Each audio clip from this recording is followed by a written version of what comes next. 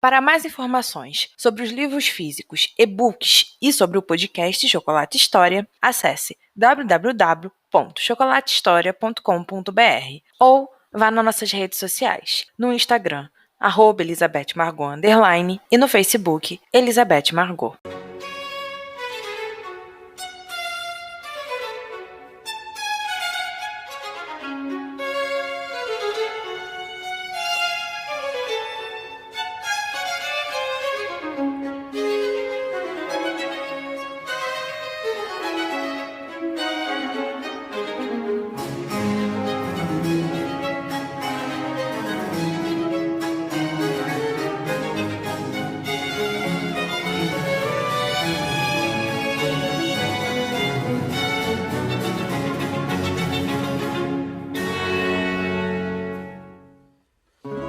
Abril de 1810. Ele estava liberado, não totalmente, mas o suficiente para não usar mais a tala e poder se locomover dentro da própria casa. Claro que sem colocar o pé no chão ou fazer qualquer tipo de esforço com a perna machucada. Robert ainda estava dentro de restritas ordens médicas que diziam que ele não poderia fazer nenhuma força ou movimento brusco com a perna direita. Era o dever de toda a casa, desde os criados até as tias, evitar que o conde descumprisse aquilo. Ele não ligou muito, sabia que cumpriria as ordens. Queria voltar a andar normalmente, e como tal, não pensaria em sair por aí colocando força onde tinha uma fratura. A primeira coisa que Robert fez depois que a tala e a restrição da cama se foram foi tomar um banho decente. Claro que com muita ajuda e cuidado com a perna. Tinha que se apoiar em alguém sempre que quisesse andar, mas era melhor isso que ficar preso naquela cama com as tias ao lado todas as tardes. Depois deixou que fizessem a barba propriamente. Geralmente em Roston não tinha um valete, apenas em Londres ou em outras cidades. Em casa preferia se vestir sozinho, ser mais independente. Então quem lhe ajudava em praticamente tudo era Albert, que não era um incômodo, pois o mordomo conhecia desde criança e já o tinha ajudado em machucados infantis. O que mudava era que ele era um homem de 30 anos, mas Robert começava a achar que Albert ainda o via como o pequeno herdeiro do conde Edward.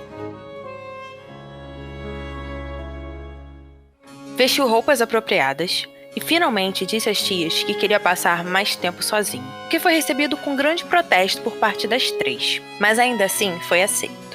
Seu escritório foi mudado para o quarto. Os criados levavam os papéis importantes que Albert tinha separado a pedido de Robert, e ele finalmente pôde voltar a trabalhar, a organizar sua correspondência e assuntos de negócios. Geralmente fazia isso à cama, em uma pequena mesa portátil, o que não era algo que o agradava muito, mas pelo menos estava fazendo alguma coisa. A dor já não o incomodava como no primeiro mês. Com a entrada do segundo mês e de uma nova fase na recuperação, Robert conseguia raciocinar, conseguia organizar a vida, mesmo que ainda estivesse fazendo isso na cama. Era melhor do que nada. Ele ia até os outros cômodos do andar de cima. Ia até a sua biblioteca particular ou ao grande corredor, que era onde a galeria de arte da casa ficava e dava ligação para a biblioteca principal. Robert estava bem por simplesmente poder ir até aqueles lugares que gostava. Ainda não podia descer as escadas. Seria um enorme esforço desnecessário. Ele fazia suas refeições no quarto, sentado na pequena mesa perto da janela, que dava vista para o seu jardim. E quando estava disposto a andar com a ajuda de um criado pela casa, comia no grande corredor ou na sua biblioteca íntima. No fim, levava uma rotina boa, calma, restrita, mas ainda assim agradável, pois estava trabalhando, lendo e frequentando um dos lugares que mais gostava na casa. Prudence já não estava mais na sua rotina. Eles não conversavam mais. Ela não subia até seu quarto. E Robert sabia que usava a desculpa das ocupações dele para manter tal discurso. As tias também já não iam tanto aos seus aposentos, e eles apenas se encontravam na hora do chá, onde as três faziam questão de passar com o sobrinho. Prude só aparecia nessa hora, ao lado das três senhoras e de uma enorme bandeja de chá levada pelos criados. Ali, ela se mantinha quieta e apenas falava quando necessário. A xícara de chá e pequenos sorrisos tímidos sempre a acompanhavam, passando a mensagem de introspecção. Ele realmente se viu surpreso quando percebeu que sentia falta de conversar com Prudence. Amava as tias, mas elas eram senhoras que preferiam assuntos de casa, bordados e toalhas de mesa, do que assuntos com algum conteúdo, com algo que pudesse lhe acrescentar. O que era exatamente que Prude dava. Mas Robert não a procuraria. Tinha seus assuntos de trabalho, seus estudos e livros para ler. Não iria precisar da companhia dela. E quando estivesse totalmente recuperado, voltaria para Londres, para a rotina que tinha naqueles 10 anos.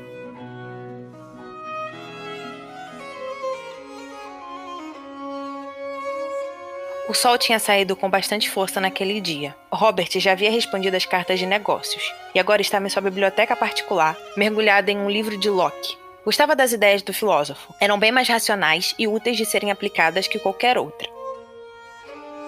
A janela dali estava fechada, mas a do quarto tinha sido aberta desde cedo, o que fazia o ar circular, algo que Robert particularmente gostava, e sofreu por não ter tido naquele mês passado em cima da cama.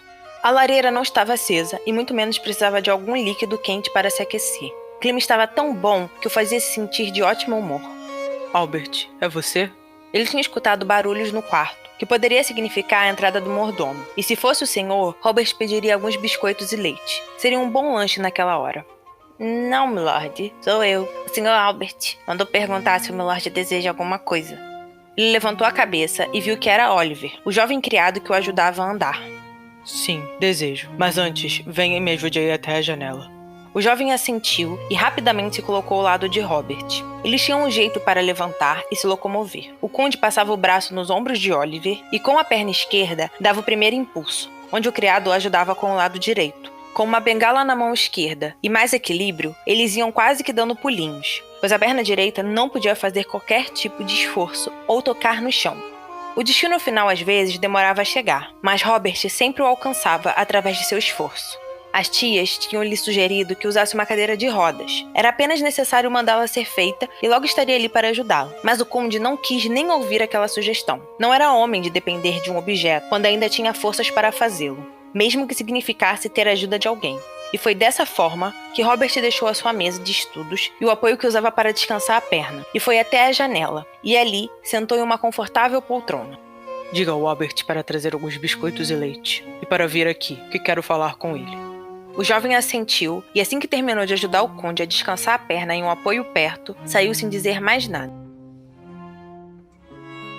Robert ficou ali observando o dia claro. Queria estar nos jardins, cavalgar ou simplesmente ir até a parte de baixo da casa. Mas aquilo estava fora de questão. Faria um grande esforço para descer e um outro maior ainda para subir.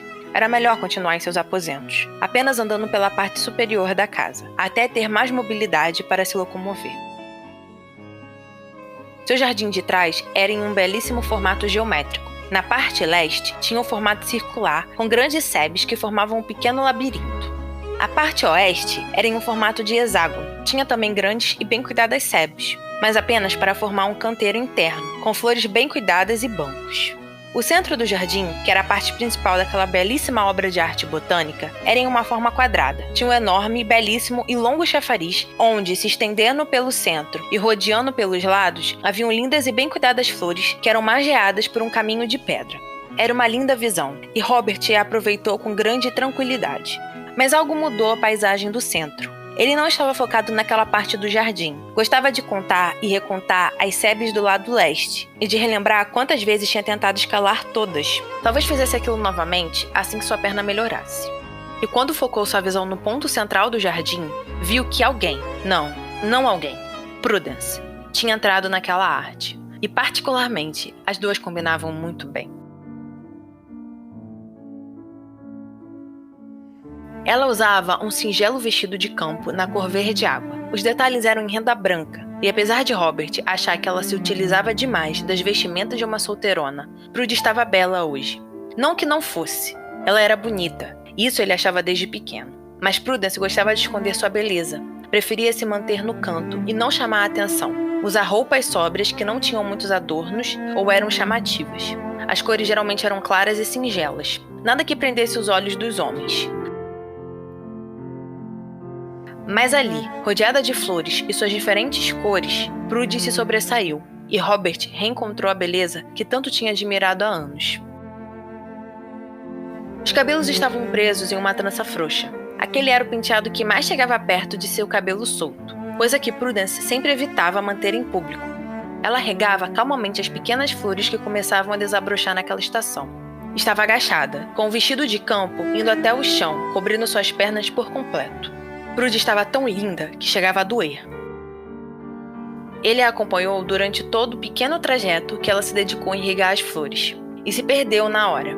Prudence ia com tanta delicadeza e dedicação que Robert teve certeza que aquele gesto era provavelmente uma das únicas coisas boas que o mundo tinha, e que estava se escondendo de sua crueldade ali, bem no seu jardim. Ele escutou tia Marigold chamá-la, e Prudy logo levantou e foi ao seu encontro. Aquilo o fez perder a respiração. O sorriso que viu Prudence dar era algo tão raro, tão lindo e bondoso, que ele mesmo se pegou sorrindo de volta, mesmo que ela não o visse, nem imaginasse que estava sendo observada. Era raro vê-la tão espontânea, livre e risonha. Raro ver a antiga Prudence.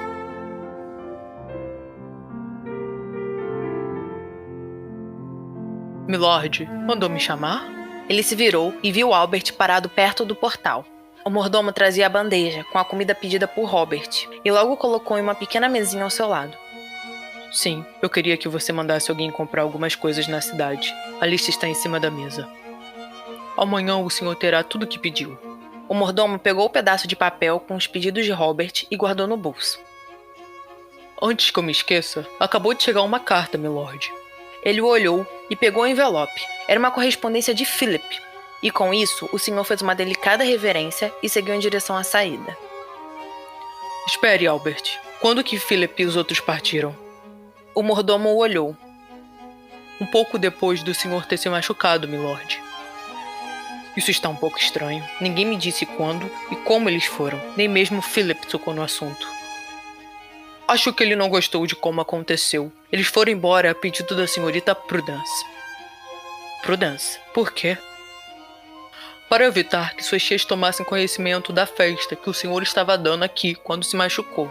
Robert olhou involuntariamente para o jardim já vazio e refletiu sobre as palavras de Albert. Prudy tinha feito aquilo para evitar que as tias vissem o pior dele. Tinha protegido sua imagem, mas a troco de quê? Ou melhor, por quê? A senhorita Prudence só deseja o melhor para o senhor e faz tudo o que pode para garantir que não sairá ferido, milord.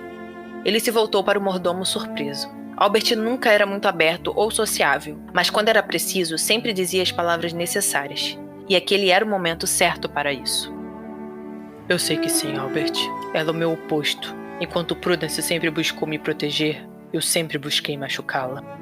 E em silêncio, o mordomo se retirou, deixando Robert pensativo sobre o peso daquelas palavras.